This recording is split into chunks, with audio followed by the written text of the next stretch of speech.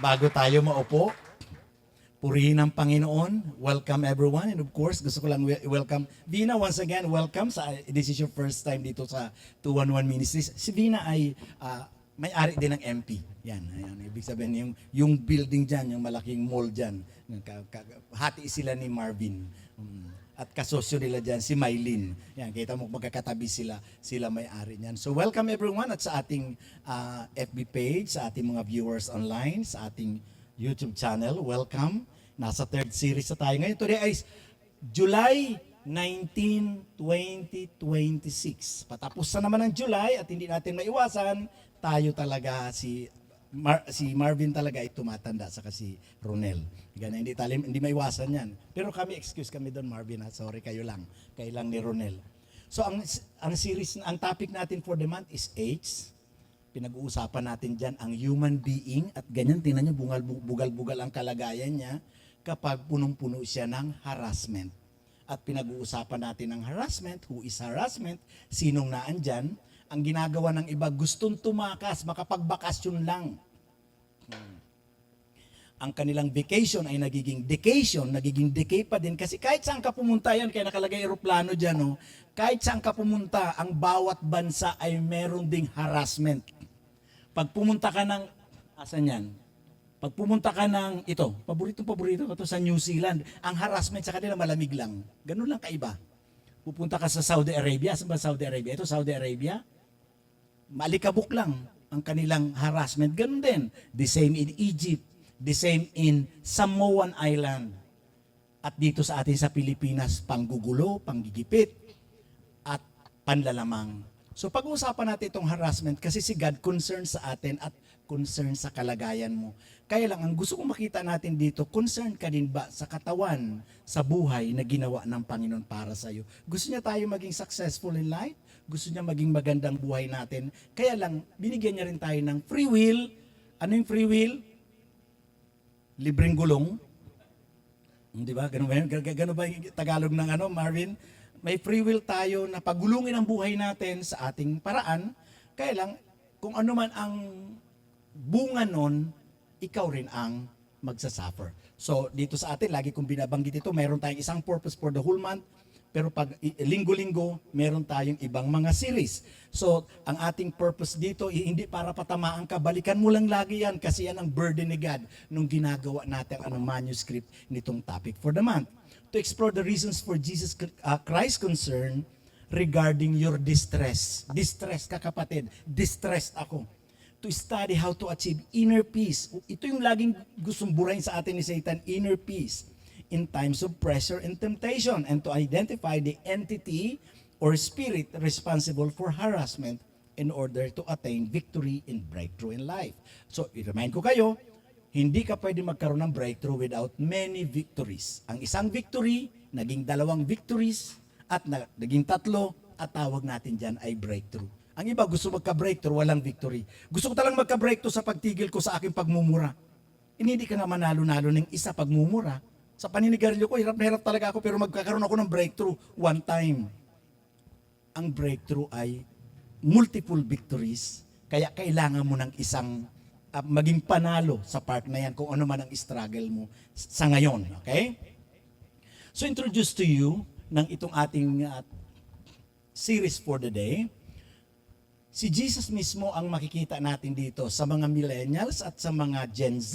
Medyo hindi maganda ang word na harassment. Pero dahil nga ito ang tinuturo sa Bible at bilang isang shepherd, kailangan ko ituro ito, nilagay lang natin ay AIDS. Yan. Alam nyo na yung AIDS na yan. The human being ng punong-puno ng sisi sa buhay. Jesus went through all the towns and villages, teaching in their synagogues, preaching the good news of the kingdom and healing every disease and sickness. Mapapansin natin dyan, ang problema ng tao nung dumating si Jesus ay kailangan nilang maturuan. They are uninformed. They were uninformed. Wala silang alam, ignorante sila, illiterate sila about the purposes of God at ang ginagawa ni Satan sa kanila. Preaching, meaning to say, is inspiring them the good news of the kingdom and of course healing. Kapag punong-puno ka ng stress, depressions, or anything at meron kang nagkakasakit ka na dyan, harassment, ayan, kailangan mo ng healing. Dalawang healing na kailangan natin. Sa body, kailangan natin ng healing at sa ating soul, kailangan natin ng inner healing and deliverance. Tingnan nyo, nakita ni Jesus sa Matthew 9:36. When he saw the crowds, he had compassion on them because they were harassed and helpless. So, inulit pa.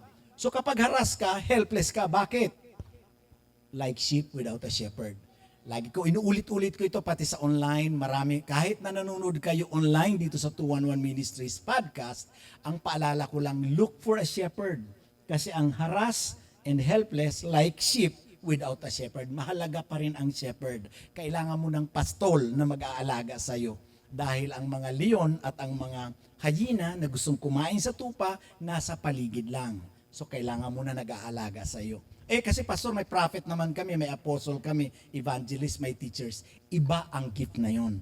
Una-una, kung kayo nasakta ng mga pastor o sa online natin, marami nag-online ang sinasabi nila sa akin, pastor, kasi hindi ko gusto yung pastor namin. Kung ayaw mo ng shepherd sa akin, ayaw mo sa akin bilang shepherd, unahin mo si Kristo kasi siya rin ay good shepherd. Then doon ka manghingi ng physical na shepherd na pwede ka magpasakop at maglilingkod kasama nila. Okay? Ang ating series, 4 na series for this topic na H, number 1 is the invaders, the enemy. And this, alam natin yan, si Satan, ang goal niya is tumira sa katawan natin dahil wala siyang body. Then, 2 weeks ago, the inner me. Isa sa mga naghaharas sa atin ay ang sarili mismo natin. Yung pita ng ating laman, yung ating ego, yung ating pride. And today, the iniquity. Ito, malupit ito. Huwag mong papapasukin ito sa katawan mo kasi pag nakapasok ito, ang lahat ng ginagawa na naghaharas ay controlling at tanggalan ka ng inner peace. Then next week, pag-uusapan natin the inability. Pag-uusapan natin dyan pera. Isa sa problema ng tao kapag nawala ng pera, nagkakaroon ng paralysis. Ang iba naman na sobra sa loan, nagkakaroon ng manipulation. Okay, so pag-uusapan natin yan, papaano ka lulutang na hindi ka dapat nagsishine dapat tayo financially, monetary, because God said, I will provide. So next week yan. Simulan natin itong the iniquity. Ang ibig sabihin ng iniquity is a type of sin. So magugulat kayo, marami palang sin. Sin is a general term. Nang ibig sabihin, you miss the mark. May pinapagawa si God, dito ka lang umabot. 10 ang pinapagawa ni God, hanggang 8 ka lang. That is sin. You missed the mark. That is a general term. But it is more specific, distinct meaning in the original biblical text kapag pinag-usapan natin ang iniquity. Okay? Sin is a broad term for missing the mark. Iniquity refers to a deliberate bending, twisting, or distortion of what is right. Alam mong tama, pero binibend natin, gina-justify natin. Kasi alam mo, pastor, okay? So, tingnan natin. Iniquity implies premeditation. Pinag-aralan mo ito. Mineditate mo ito, escalating habit and willful pattern of behavior. So, bago ito maging iniquity or kasalanan in a general term, ito muna ay temptation. So, temptation. So, itong temptation na ito, ang ibig lang sabihin ng temptation na dumarating sa isipan mo or sa puso mo, nagsisimula ito sa idea na you're going to rebel against God. Kasi sinning or iniquity is rebellion against God. So, sino ngayon ang nagre-rebel na ito? Sino ngayon ang haharas sa'yo? At sino ngayon nagde-decide para dito sa'yo? Itong pag-uusapan natin. Hindi tayo nandito para magsisiyan, andito tayo. Hindi ko pag-uusapan kung ano ginagawa niyong kasalanan. Alam niyo na yon. Ang pag-uusapan natin, ano ang solusyon ng Bible? At ang tanong, gusto mo ba? Okay? Or gusto mo ito? Yung harassment na nangyayari sa'yo. Okay? Iklaro natin na ang temptation, laging temptation yan. Ang temptation hindi kasalanan. Sabi nga ng isang preacher, ang temptation parang ibon niya nalilipad-lipad sa taas ang ulo mo. Pero kapag iyan ay namugad na dito sa ulo mo at nangitlog na, ibang usapan yan, iyan ay kasalanan na. Ang una-una niyan, iaalok sa ni Satan at opinion at suggestion ng iba na ito ay maganda rin. So temptation simply means spirit of suggestion. Spirit of suggestion ng enemy at ito rin ay opinion ng yung inner me. Gusto ko to. Okay ito. Maiintindihan ako ni God. Gracious naman si God.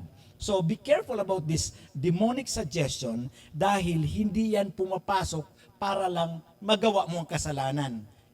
Yun ay first part pa lang ang pagkakasala, first part pa lang ng harassment, stress and pressure na ang end talaga niyan ay to steal your peace, steal, kill, and destroy you and your relationship. Okay. Sabi ko nga sa inyo, para hindi kayo malito, nilalagay ko na lahat yan. Sundan nyo na lang yung araw na yan. So series number 3 is the iniquity, the predetermined idea to rebel against God. And point number 1, we are harass us. The iniquity harass us with inner turmoil. And the iniquity harass us when we are divinely separated. So point number 1, point number 2, at susunod dyan, uwian na. Ganun lang, isang oras lang tayo. Okay. When a person is not in right standing, hindi siya get right. Kaya nga requirement ni God is righteousness. Is often leading to spiritual separation. Kasi si God hindi na ipag-fellowship sa mga pasaway. Kahit kayo, madadamay kayo. Ito nga sinabi ko ito kina Ronel, na ingat kayo, wag nyo yayakapin ang pinapalo ni God. Tatamaan din kayo. Kailangan ibigay mo sa Kanya ang gusto niya kasi lahat may consequences, may bunga yan. So spiritual separation, inner turmoil, and a loss of divine guidance. So gusto ko makita nyo rito habang pinag-uusapan natin ito, sinishare ko sa inyo, tingnan nyo ang kalagayan ng mga kaibigan natin, ang kalagayan mo, at anong magiging future mo. Kasi lahat ng ginagawa natin, ang future natin is today. Yung ginagawa ko ngayon ay future ito. Akala ng iba ang future, pagising mo, nasa future na ako. Ang future ay na-build na mga ginagawa mo daily, yung mga daily habits natin. So pag pinag-usapan natin ang meaning ng turmoil, ano tong turmoil na to? A state of condition of extreme confusion, agitation, and commotion. Dahil pag-uusapan natin ang inner turmoil, ito ay inner confusion, inner agitation, agitated ka, madali ka mairita, inner commotion, ang gulo ng isip mo, ang gulo ng sarili mo sa loob, samantalang mag-isa ka lang naman dyan. At ang synonyms nito ay hindi ka quiet. Wala kang kapahingahan. Uneasy ka lagi. Sa atin term sa Tagalog, mga aligaga tayo lagi. Ano ba itong nangyayari sa akin? Inner turmoil once na pinapasok mo ang kasalanan. Pero hindi ko sinisisi kung andyan ka sa kalagayan na yan ngayon, ang pag-uusapan natin, nag-o-offer si God ng kalayaan. Kung gusto mo. Kung ayaw mo, maging ako walang magagawa. Kaya nga sabi ko sa inyo, ayaw ko mag-stricto kasi malaya ka. Malaya tayo na binigay ni God. Dapat maramdaman nyo na pag nakita mo si Pastor Dennis, ano ngayon? Dapat ganun ang tingin nyo, nakita mo si Pastor Dennis, ay, titago ko muna ang sigarilyo ko, andyan si Pastor Dennis. Hindi ako magja-judge sa'yo sa heaven. Si Jesus, kaya nakikita ka niya 24/7, ako hindi kita nakikita, pwede yung pagtaguan. Kaya nga sinasabi ko sa inyo, huwag kayo mahiya sa akin dahil wala kang kasalanan sa akin. Ginagampanan ko lang dito ang aking part as a shepherd, as a pastor. Pansinin niyo rito, harass us with an inner turmoil. Jesus replied, very, very truly, I tell you, everyone who sins is slave to sin. Kapag ikaw ay nagkakasala, alipin ka ng isang master. Ganun lang kasimple yan. At kung ikaw ay slave, meron kang kontrata. Pag pumasok ka sa isang kasalanan, kontrata yan. That's a covenant, it's an agreement. Na pag nag-agree ka, siyang master mo. At kapag siya nang nasa loob mo, siya na ngayon ang masusunod sa buhay mo. Kaya wala ka nang magawa, kundi sundin na lang ito. Di ba? Parang kanta ni Alice yun, parang naalala ko lang. Kaya sabi sa Bible, sa Romans 6:13, do not offer the parts of your body. Pansinin niyo ang simula ng verse, huwag mong i-offer. So ibig sabihin, meron kang consent kapag nagagamit ng kasalanan at ni Satan ang katawan mo. Why? You are the one offering, kaya nilagyan ko yan. Sa isang verse na yan, may 3 offer. So you are offering this body and be careful for your decision dahil ang decision mo, ikaw rin ang mananagot niyan at magsasuffer ng consequences. Do not offer the parts of your body to sin as instruments of wickedness, but rather offer yourselves to God as those who have been brought from death to life. So, born again ka na, dapat hindi ka namumuhay ng patay. Offer the parts of your body to Him as instruments of righteousness. Maging kay God, tandaan natin, hindi nakakapasok ang Diyos at si Satan sa buhay natin without our consent. Pumapayag ka. Ikaw ang nag-offer, hindi sila. Kaya nga si God, powerful, pero ang pagka-design ni God sa mundo, nakasulat sa Bible, kung namatay siya para sa kaligtasan natin, pero kung hindi mo siya tatanggapin bilang Panginoon tagapagligtas, hindi ka rin maliligtas. Kaya makikita nyo rito, napaka-powerful ni God. In the kingdom sense, in the kingdom of God, mas madaling intindihin ito. Pero pag religious ka, ay, gracious naman si God, bahala na si God. Nagkasala ako, bahala na, mabait naman si God. Kapag ganyan ang thinking mo, balik ka sa Bible kasi ang Bible is a constitution of agreement. So agreement yan. Tingnan natin. Kapag mayroon ka ng kasalanan, anong unang reaksyon ng katawan natin? Ito na inner turmoil. Nag-isolate ka na. Judgmental ka na, kaunting tingin lang ng tao sa'yo. Tingnan mo, kala mo kung sino, nakasimba lang. Ganyan ka na, wala naman sinasabi sa'yo. Yung action pa lang ng mga tao na galing sa mga, kala mo, hindi ko pangalang alam. So, ang dami mo nang sinasabi na lalo ka nagkakasala. So, ano ba talagang problema sa loob mo? Siya nagsimba lang naman, wala naman. Kahit tumingin na masama, mabuti yan sa'yo, gaganda bang buhay mo? May comment ba sila o wala? Kaya paalala ko siguro last week dapat ito nabanggit ko, pero hindi ko nabanggit, banggitin ko dito. Marami nagkakasala sa atin sa kapag mayroong mga chismoso-chismosa sa buhay. Magchismis man sila sa hindi madadagdagan ang lunch mo mamaya. Hindi babawasan ng McDo ang kanilang ang burger mo dahil may chismis sa iyo. Paalala ko lang sa inyo para hindi kayo magkasala. Sabi sa Bible, repent, change your mind. Dapat ang thinking natin, the kingdom way. Kapag nachichismis kayo, pakinggan nyo ito ng buti. At ako nakikipag-usap sa inyo. Pagbigyan nyo na please. Be a blessing sa mga chismoso-chismosa. Why? Kapag binabanggit ang pangalan ninyo, masaya ang kwentuhan.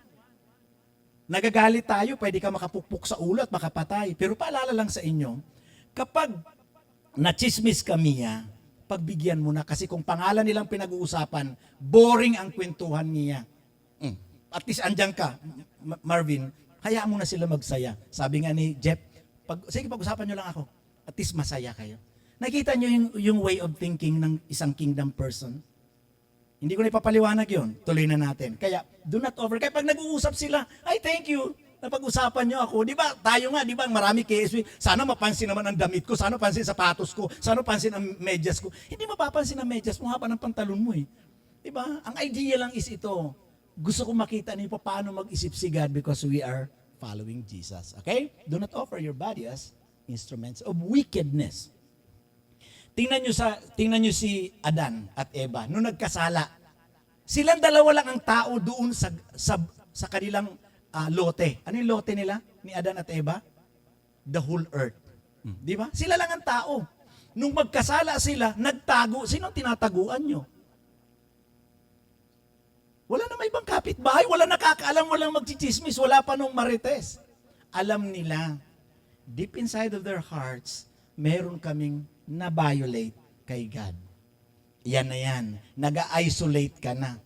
Si King Saul, sa una, inutusan siya ni God, hindi niya sinunod. At nag-try siya mag-offer, hindi naman siya priest, nag-offer siya sa temple. At ngayon, dahil nagalit sa kanya si God, kung ano-ano nang ginagawa niya, hindi niya ginawa yung Amalekites dapat ubusin nila. Hindi niya ginawa. Anong ginawa niya? At nung dumating si David na papalit sa kanya, papatayin niya pa. Napansin niyo, nag-escalate ang sin. Kapag nasa loob, repentance lang kailangan. Umalis ka dyan kasi grabe ang harassment ng iniquity. Papatay ka ng tao. At to the point, siya ay namatay nung mga kalaban niya dahil ayaw niyang gawin. Sabi ni God, ito dapat ang gawin mo. Kapag pinagbigyan mo ng lumaki na grow ang kasalanan, walang ibang pahihirapan kundi ikaw. Paano nakapasok ang iniquity, ang kasalanan? Ikaw din. You offered it to Satan. And you listen to the opinion of others, especially ang opinion ng inner me. Okay?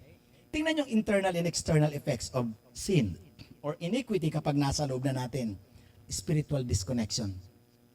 Ayaw mo na mag-church, ayaw mo na basa ng Bible, kasi pwede mag-worship dito na papasok. May online naman ako nakapapanood. Like helpless, harassed and helpless, like sheep without a shepherd. Kailangan mo pa rin ng shepherd dahil yan ang destiny, design ni God dito sa earth. Kahit ako man, Bakit kailangan ko pa mag-aral? Ba't kailangan ko pa mag-preach sa inyo? Pwede naman ako makinig. Ang dami-dami preaching dyan sa YouTube. Kailangan ko mag-obey kay God. Damage ng relationships. Kaunting tingin lang sa'yo ng tao, iba na ang tingin mo. Kung makatingin to si Jeff, akala mo siya lang nakasimba.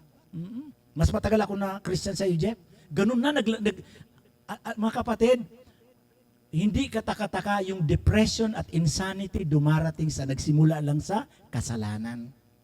Mapag-isip ka na si Mike kasi. Ito si Joel kasi. Kung hindi dahil kay Joel, kahit nagpakasama si Joel, ikaw pa rin ang may desisyon sa sarili mo.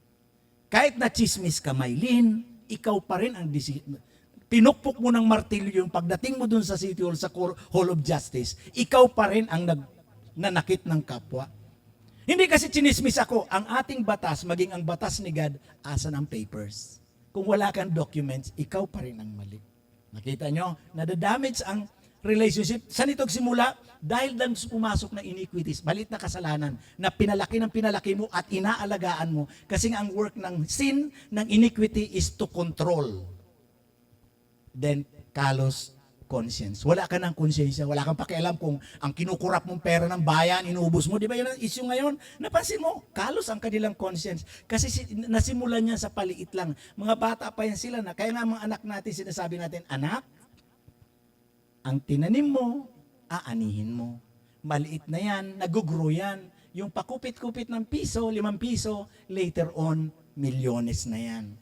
At ang isang kasalanan, minsan hindi na natin, ginajustify pa natin yan. Then you are now in captivity. You are now in bondage. Kapag ikaw ay nasa kulungan, kahit anong gusto mong kalayaan, kung ano ang batas sa loob, hanggang doon ka na lang. At itong kaibahan, sin ang nakakulong sa loob, pero ikaw hindi makagalaw sa labas. Emotional turmoil. Lahat kaunting tanong lang, bakit? Wala naman. Wala nga siyang alam eh. Aligaga ka na, nagduda ka na agad. Natanong mo lang si, Eliezer, nakita mo ang pera ko dito, bakit ako ba nagnakaw? Nakita niyo yun, insanity na. Mga kapatid, hindi yan ang gusto ni God sa atin, gusto ni God free. Malaya ka. Yung mga baggage sa katawan natin, tanggalin mo na. Kaya lang, your decision. Once again, you can offer that to God. Gusto ko lang ipakita sa inyo itong mga sayings na mga maigsi lang ito para hindi na tayo humaba. The sin you justified. Justified means sinasabi natin, pinagtatanggol na natin. The sin you justified today will become the stronghold or wall of troubles you will fight tomorrow. Yung future mo ay today. Kaya yung maliit na pagsisinungaling ko ngayon, hindi ka, white lies lang naman yan. Mga kapatid, white lies, blue lies, lies sa ulo mo, lahat yan, lies ang tawag. Kay God, walang malaking kasalanan, walang maliit na kasalanan, pare-parehas yan. Hindi kasi, pastor, nahiya ako, sabi, kumain ka na ba? Ay, kumain na ako, hindi pa. Pwede mo naman sabihin, maraming salamat. Hindi pa ako kumain, pero sa bahay na lang. Hinihintay ako ng aming kaldero. Bakit may kanin ba? Wala, magsasaing pa ako. At least, wala pa palang kanin, nakikain ka na lang sana. Anyway, ang pinag-uusapan natin dito, kapag ang kasalanan ipinagtatanggol mo, later on, iiyak ka niyan. Nakita na kayo ng mas madaling maggawa ng building, di ba? Yung magsimula. Kaysa yung gagawa tayo ng building, titabigin muna natin yung foundations. At yung foundations na yan ng kasalanan, ikaw ang nag-build, ako ang nag-build. Yan na yan. At may isa pang saying na, what is tolerated, what is allowed, eventually gains territory. Yung pinapasok mong kasalanan na naghaharas sa iyo ngayon, iyan may teritoryo na sa iyo. At siya nang kalaban mo at naandyan. Kaya nagsasalita ka na mag-isa, duda ka na, malayo ang tingin, wala namang tinatanaw. Laki-laki na ng mata mo, hindi ka na nakakatulog. Kasi tinolerate mo. Sabi ni God, palayain mo ang sarili mo. Kaya nga, yung topic natin ng Inner Me sa ating online, kung hindi nyo napanood, balikan nyo lang series number 2 para maintindihan ninyo na ang ganda ng plano ni God sa atin, walang ibang nagpapahirap sarili natin, kundi yung ating inner me. Tinuturo kasi si Satan, yung the enemy. Ikaw din ang pumayag para pumasok saya. What you allowed in your life, you cannot correct. Yan lang yung sinasabi niya. Palitan nyo lang yung mga words na yan. What you allowed in your life, you cannot correct. Why? Tama eh. Tama. Kahit mali, tama sa'yo. Kaya lagi ito binanggit ko kay Ronel, ng mga bago pa lang sila. Mga kapatid, like ko ito naririnig. Pastor, itatama ko na lang mali. Mali. Kailanman hindi mo maitatama ang mali. O may asawa ako, nag-asawa ko ng pangalawa. May asawa na ako si Led. So itatama ko na lang mali, hindi ko ito hiwalayan. Anong gagawin ko para tumama ito? Para mapakasalang patayin ko, original kong asawa. Ang tamang paraan ni God, itigil mo ang mali at magsimula ng tama.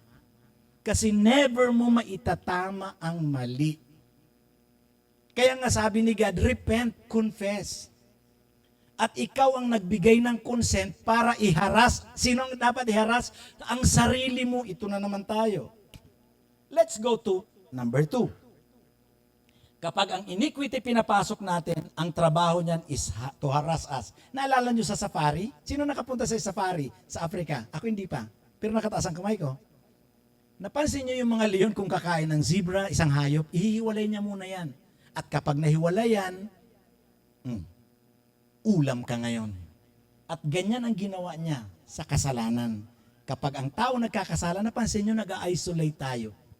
The more na nag-isolate ka, the more nalulubog ka para kang si King Saul. Na sa una, nagdududa-duda ka pa lang, natatakot ka, later on, ikaw na rin, pinatay mo ng sarili mo, ngayon papatay ka na rin ng iba. Sabi sa Isaiah 59 verse 2, but your iniquities, ang dami niyan, plural, have separated you from your God. So, ang kasalanan natin ang nagpapahiwalay kay God. Kaya the more na nagkakasala ka, ikaw ang lumalayo kay God. Kaya wag mo sasabihin na, hindi, iniwanan ako ni God, ikaw ang lumayo, si God andyan lang. Kaya nga mali yung sinasabi natin, alam mo, natagpuan ko si God. Hindi mo natagpuan si God kasi si God hindi naman nawala. Ikaw ang lumayo. Si God ang nakatagpo sa iyo habang hinahanap mo siya.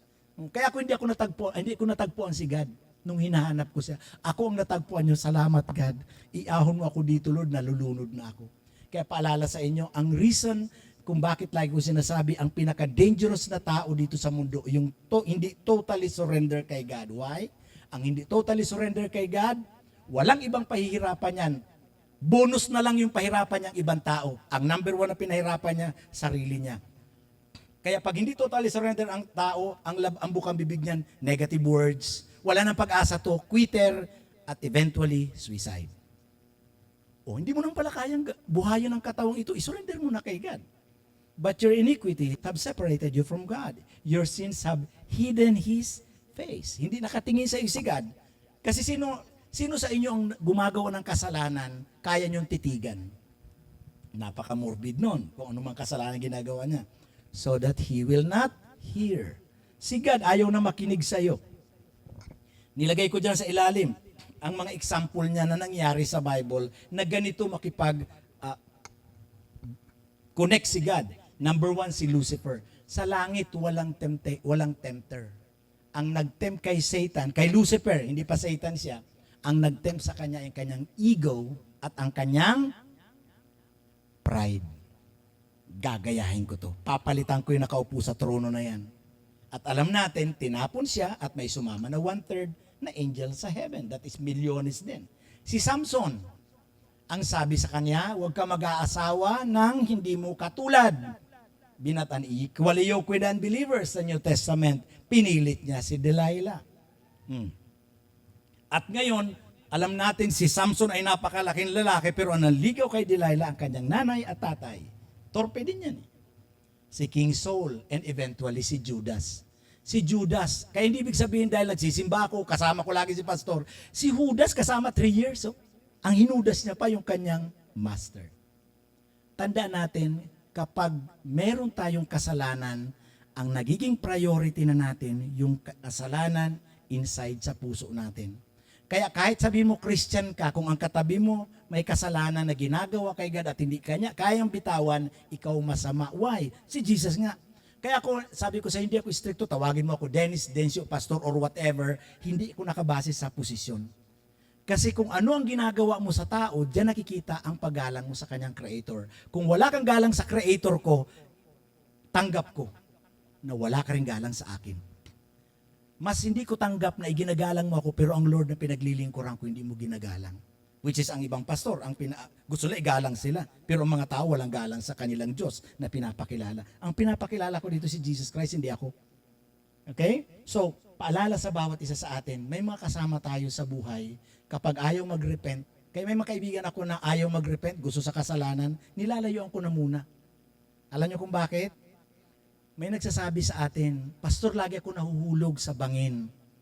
Okay, sabi ko sa kanya, bakit ka lagi nahulog sa bangin? Nasa tabi ka kasi ng bangin. Lumayo ka dyan. Kung may mga kaibigan kayo lagi naglalaglag sa inyo, bawas-bawasan niyo ang time sa kanila para hindi kayo mahulog. At kapag lumaki ang kasalanan, nanganganak yan. At kapag nanganganak, ikaw din ang walang malapitan na Diyos. Iniquity is a silent agent of harassment that will control and cripple your God-given destiny and eventually destroy your family. Wala siyang sisirain, kundi ang iyong pamilya ang nasa paligid mo. Una, ikaw muna. Ikaw muna. Wala ka ng control sa sarili mo, kaya mandadamay ka na. Ikaw ba nandadamay? Yung nasa loob mo. At ngayon, bakit naandyan sa loob yan? Pinayagan mo. Kaya huwag ka magtuturo. Kaya pag sinabi natin kasi si Jeff, may 3 sa akin. Meron ka din, Dennis. Kaya sabi ni Apostle Paul, do not let sin rule in your mortal body so that you obey its evil desire. Madalas ating binabasa yan, pero balikan natin, tingnan nyo ang wisdom. Kapag nagro-rule ang kasalanan, ang tanging reaction natin is to obey its evil desires. Wala ka nang magagawa. Susundin mo talaga yan. Kasi yan ang design ni God dito sa lupa. At alam ni Lucifer yan, alam ni Satan. Once sa pinapasok mo yan, you will obey its evil desire. Ulitin ko, sino nagpapasok niyan? Si God? Si Satan? With your consent. Kaya pwede nating evaluate ang sarili natin ngayon. Nakalaya ka ba ng totoo? Kung hindi ka nakalaya, kailan ka lalaya? May totoong kalayaan at hindi ko ito kinikwento sa inyo para lang sabihin sa inyo na may pinipreach ako ngayon. Sinasabi ko ito sa inyo dahil nararanasan ko. Dahil kung hindi totoo yung nakasulat sa Bible, ititigil ko na to, lukuhan lang tong ginagawa natin. Okay. Evaluate natin. Gusto ko kayong, nasa ano tayo ngayon? Tingnan natin. Sabi ni Paul sa Galatians, si Jesus Christ ay napunta rito para sa iyong kalayaan. At kung nakalaya ka na, stand firm and be careful of spiritual suggestions and people's opinions and your enemy opinion. Stand firm ka na then and do not let yourselves be burned then again by the yoke of slavery of iniquity. Kasi once na nakapasok yan, wala ka na magagawa. So itong paalala sa inyo, kung hindi ka pa nakalaya, then do something about that. Kasi ang hindi ka makakalaya dahil may faith ako. Dapat ang faith mo ang masusunod dito. Hindi ako. Invitation ko para sa mga taong wala pang relationship kay God. Ang sabi ni God, repent and turn yourselves from all your transgressions, so iniquity shall not be your, nakakatakot yung last word, ruin. Sisirain ka talaga niyan. Hindi ka niyan ibibuild. Ang gawain ng Holy Spirit ng ating Panginoon ay to build us up, but this iniquity will ruin your life. So kailangan mo mag-repent and turn yourselves from all your transgressions. Transgressions is another word for sin. Ang invitation ni Jesus Christ is, come to me, all of you who are harassed and burdened, and I will give you rest. Walang naipangako. Di ba another term for turmoil is unrestlessness. And I will give you rest. Sa inyo na malalaki ng mata, hindi makatulog, dilat, hindi alam, gulong-gulo, andun yung unquietness inside. God is inviting you today to come to Him dahil meron pang pag-asa. Huwag mong sirain ang katawang binigay niya sa iyo. Kaya nga, if this is the temple of the Holy Spirit, dapat ito, Holy Spirit lang nakatira. Hindi dapat ito visitor-centered body. Hindi ito visitor-centered. Kasi walang ibang maghihirap kundi ikaw lang. At ngayon sa mga born again naman nag-claim, pero naglalaro pa sa kasalanan, sa iniquity. At ikaw ngayon aligaga, lahat na lang inaaway mo. Kaya yung mga taong irritable, yung mga taong outward manifestation yun, na meron silang karga.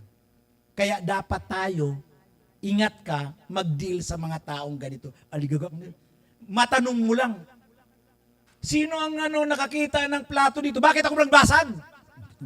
Hindi mo nagtatanong kung binasag mo. Sa akin sa bahay, hindi namin pinag-uusapan kung may nakabasag ng plato. Pag may nakabasag nga dyan, sabi ko, "Hay, salamat Lord, mapapalitan ng bago." Di ba? Iba tayo mag-isip, hindi, "Ay, nabasag yun. Panahon pa ng lolo ko, lola ko. Wag na, ang dami ng amag, no? Palitan mo na, dami ng bago ngayon. Parang wala ka naman, Diyos." Pero ito paalala ko sa inyo, sa naglalaro ng kasalanan, tingnan nyo, ang sabi ni God, if we confess is through the mouth. Yung verse na to, hindi to pang non-Christian, ha? Repentance ang naandun sa una requirement. Pero sa atin, kung ikaw ay believers, if you confess your sins, Lord, pinayagan ko si Satan. Inalok sa akin yun eh. Hinit-hit ko naman. At ngayon, hindi na ako makaalis. Lord, I'm confessing this to you. He is faithful and just and will forgive us our sins and purify us from all unrighteousness. Mga kapatid, pag pinatawad ka naman ni God, patawarin mo rin ang sarili mo. Di ba? Ilang beses ba tayo pinapatawad sa ating kasalanan? Pag pinatawad ka, tanggapin mo. Hindi yung, "Lord, naulit ko na naman." O di bagong kasalanan, kaya huwag ka lalapit kay God, "Lord, patawarin mo na naman ako." Bakit? Ang kahapon mo na hiningi ng tawad, pinatawad na yun. Ito bago nag-iisa lang. Kaya makikita mo ang breakthrough. The same with this, mga kapatid. Ito, siguro nadaanan ko lang ito, wala ito sa manuscript. Gusto ko lang daanan ito kasi nagiging bandage din tayo ng ating kultura na tinatawag na utang na loob. Kapag may nakagawa ng kabutihan sa iyo, ilang beses mo ba siya pasasalamatan?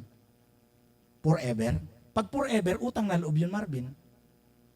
Pero kung may ginawa ka sa akin, alis na isang bagay, salamat. Kailangan ko ba isipan po bukas yun? Sa atin, pag may nagawa ko sa iyo, Mike, walang utang. Ako nagpaaral sa iyo. Pinasalamatan mo na yon. Walang utang na loob sa Bible. Tinagalog yan ungratefulness. Hanggang ngayon maraming bandage sa atin. Kung tumulong ka at kung gusto mo singilin siya forever, ay hindi pasalamat ang hinahanap mo. Gusto mo siya maging alipin, slave. Ilang beses kayo pasasalamatan na kapag nagkamali sa yung tao, lagi mo sinabi, "Nung isang taon, nung baby ka pa, ako ang unang bumili ng gatas mo." Nagpasalamat naman ang nanay niyan. Ano bang hinahanap mo? Masahol ka pa kay God. Si God, isa lang hinihingi na pasalamat, isang forgiveness lang. Let's go to the Word, kasi ang Word ang magbibigay sa atin ng totoo. Kung naubusan ka ng pera, tapos walang galang yung tao, pero pasalamat, tanggapin mo na. Kung walang ang galang isa, creator mo, sino kay gagalang? Mga kapatid ha, paalala, confess it. At ito, iklaro natin, kapag pinag-usapan natin repent means change your mind, hindi yan pagsisisi. Repent is metanoia, change your mind. Kapag nagrepent ka, hindi ibig sabihin nagbago ka lang ng pag-iisip, tatalikuran mo ang iyong kasalanan. Kung ito ang kasalanan, repent and turn to God. Pero kung nagrepent ka and facing that sin again, hindi ito nangyari na verse. Repent then and turn to God so that your sins may be wiped out. Alam natin yan, natrapo na. That the times of refreshing, kapag nainit ka, nakapaligo ka, ramdam na yung tinatawag na refreshing, may come from the Lord. Kaya ako ramdam ko kapag pinatawad ako ni God, maraming salamat, I am now refreshed. Kung sakaling nahulog ka, nadulas ka na naman sa bangin, bumalik ka lang kay God, "Lord, may bago akong kasalanan. Gusto kong ayusin ang relasyon ko sa iyo." Huwag yung na naman, kasi pinatawad ka na doon. At hindi ko kayo ililid para pumunta dito sa harapan. Kung saan ka na andyan kinausap ni God, kausapin mo si God dyan. Dahil ganyan tayo. Kasi hindi magbabago ang buhay mo dahil may faith ako. Magbabago ang buhay mo dahil ngayon faith comes from hearing, narinig mo si God at nagbibuild siya ng faith sa iyo to start your life once again. Kaya ang tanong ko sa inyo mga kapatid bago tayo umuwi, para sa ating application questions at para sa ating D-group throughout the week, bakit nakakapasok ang iniquity sa buhay mo? Sino ang nagbigay dito ng authority or consent? Para matapos natin ang paninisi, dahil sa Yumiko kaya ako nahulog pagsisigarilyo, inalok mo ako, tinanggap ko din. Ang galing natin magturo eh. Pero hindi mo nakita na, kaya ang kasalanan talaga tinatago sa atin. Deceive tayo eh. Kala na righteous ako, kaya inalok niya ako, tinanggap ko siya, may kasalanan. Hanggat nagtuturo tayo, parang nadapa ka dahil sa bato. Tinadyakan mo ang bato na wala namang ugali, nadapa ka. Itong bato na to, kaya ikaw ang engot. Kaya ka nadapa. Pag hindi mo tinanggap yan na ikaw ang may problema, pagdaan mo sa susunod yan, madadapa ka na naman dyan at dadala ka na ng martilyo, babasagin ko na to. Hindi nga siya may mali. Consent. Narinig mo ba ang Holy Spirit ngayon? Faith without action is dead. Kaya anong action mo sa word ng Holy Spirit sa oras na ito? Let's pray. Dakilang Panginoon, maraming salamat sa iyong presensya. Alam namin, Panginoon, na hindi kami naandito para magkwentuhan lang. Naandito kay Panginoon for a revival, for a life that is shining and being salt and light to the wicked world. Panginoon, hindi kami naandito para magsisihan.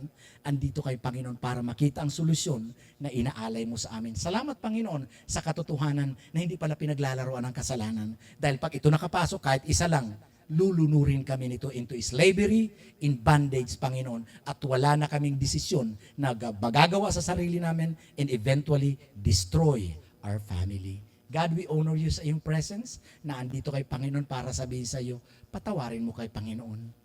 We confess our sins, mga bagay na hindi maliwanag sa amin at mga bagay na kung kami nag-i-slave din ng iba dahil sa utang na loob. Pinasalamatan na kami ng taong tinulungan namin, pero sinisingil pa rin namin, Lord, patawad, Lord. Hindi ganyan ang pagtrato mo sa amin. Pero Lord, tulungan mo kaming matutong umibig, umunawa at sumunod according to the word, standard of the Bible. Lord, salamat. Uuwi kami with a refreshing life, refreshed soul, dahil ang kapatawaran aming tinatanggap ngayon. Praying as well, God, for the people online, praying, God, for your favor, praying, God, for the refreshing of the Holy Spirit over their lives. Lord, I just pray for inner healing and deliverance. Restore us once again, Lord, to our first love.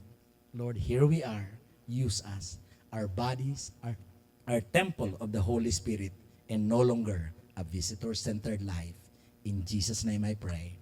Amen. Sa mga nakarinig kay Lord ngayon, palakpakan natin si Lord.